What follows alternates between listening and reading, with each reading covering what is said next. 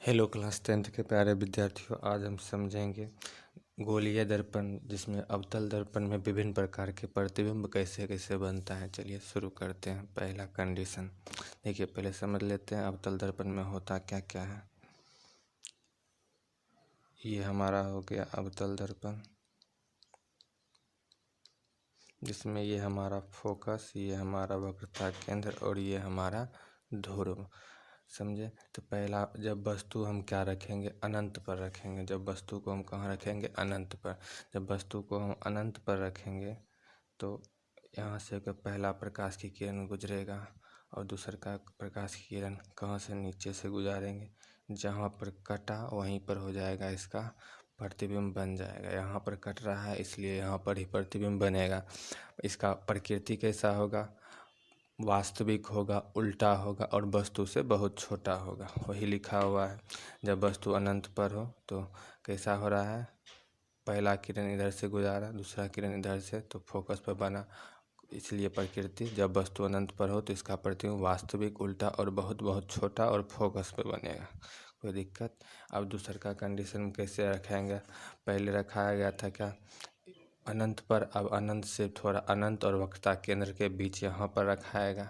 ऐसे कर करके फिर आएगा वक्रता केंद्र पर, फिर आएगा वक्रता केंद्र और फोकस के बीच, फिर फोकस पर, फिर फोकस और ध्रुव के बीच, और तब हो जाएगा ये ख़त्म कंडीशन इस सब का। तो दूसरे का कंडीशन पर चलते हैं। जब वस्तु अनंत और वक्रता केंद्र के बीच हो। देखिए,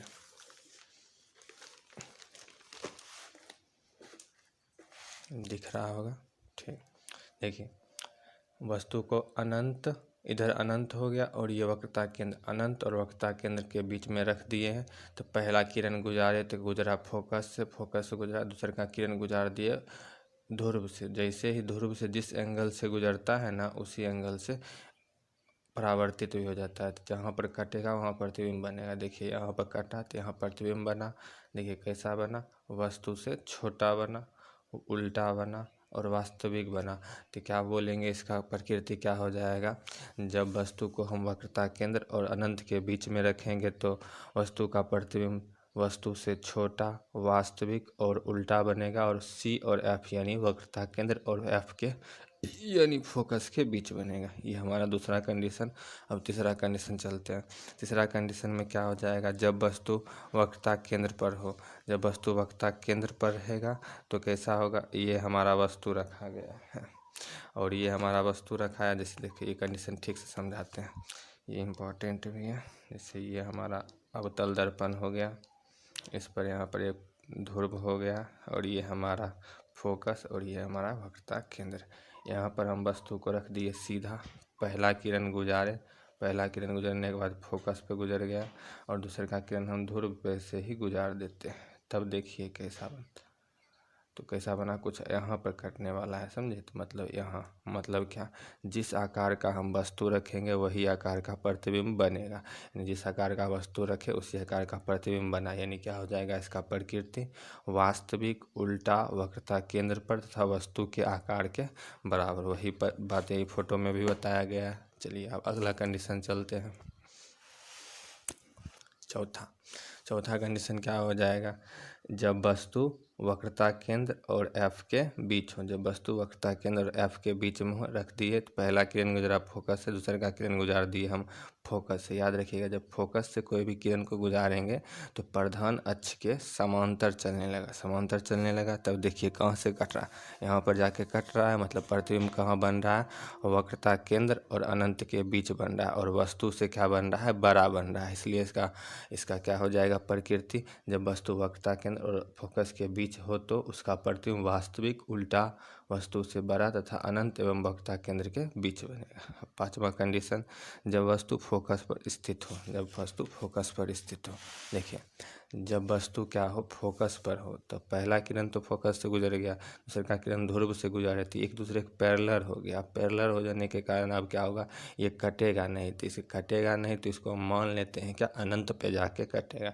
इसलिए इसका प्रतिबिंब का प्रकृति क्या हो जाएगा, जब वस्तु को हम फोकस पर रखेंगे तो इसका प्रतिबिंब अनंत पर बनेगा, वस्तु से बहुत बड़ा बनेगा, वास्तविक बनेगा और उल्टा बनेगा।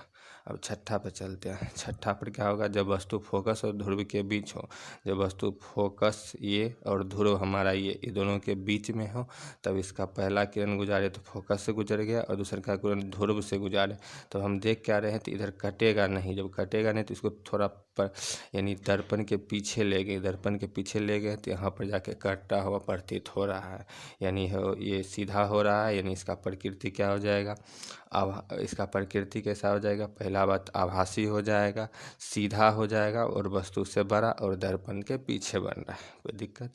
ये हमारा 6 हो गया अवतल दर्पण का कंडीशन। अब चलते हैं उत्तल दर्पण के कंडीशन की ओर। उत्तल दर्पण में मानवीय रूप से 2 ही कंडीशन होता है, जब वस्तु अनंत पर हो, जब वस्तु अनंत पर हो तो फोकस पर ही बनेगा, सीधा बनेगा और वस्तु से अत्यंत छोटा बनेगा।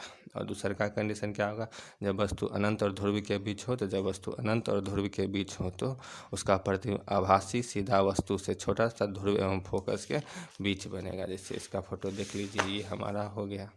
बस यहीं पर आज के लिए इतना ही, अगले वीडियो में मिलते हैं। धन्यवाद। Like and share and subscribe जरूर करें।